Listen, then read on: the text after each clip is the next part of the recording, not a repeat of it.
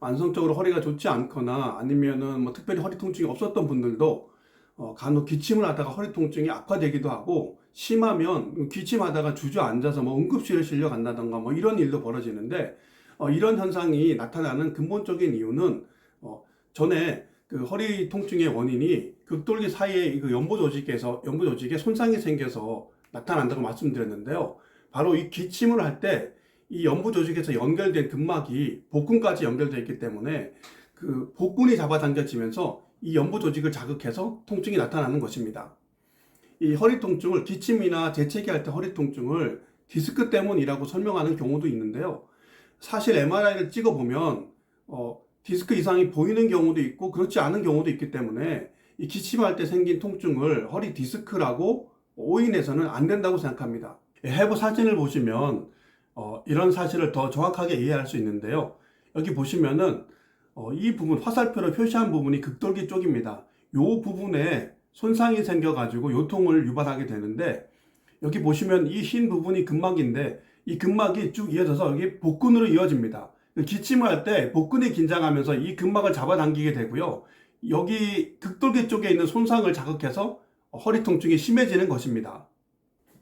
기침할 때 허리 통증이 있으면 몸을 앞으로 구부려서 안정적인 자세를 취하는 것이 올바른 방법입니다.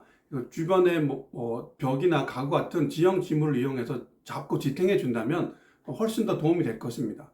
기침할 때는 통증이 있었는데 기침 끝나고 나서 뭐 통증이 없다던가, 아니면 잘못 대처해서 통증이 좀 생겼는데 몇 시간 지나고 났더니 괜찮아졌다, 이렇게 한다면 그냥 통증이 지나간 걸로 보셔도 되고요.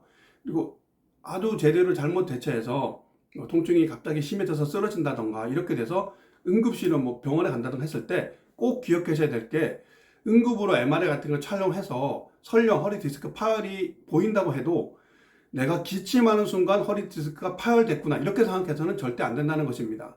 디스크 파열 같은 것은 만성 퇴행성 질환이기 때문에 꽤 오래전부터 존재했을 가능성이 굉장히 높습니다.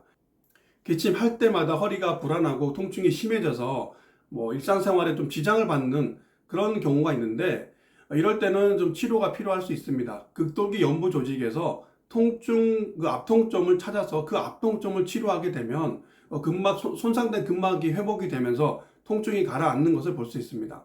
이 통증이 가라앉는 속도가 치료를 하자마자 기침을 해도 아프지 않을 정도로 굉장히 즉각적이기 때문에, 이런 현상을 본다면은 이런 현상을 봄으로 인해서 이게 기침할 때 통증이 뭐 디스크냐 아니냐 이런 어떤 논란에 종지부를 찍는다고 볼 수 있습니다.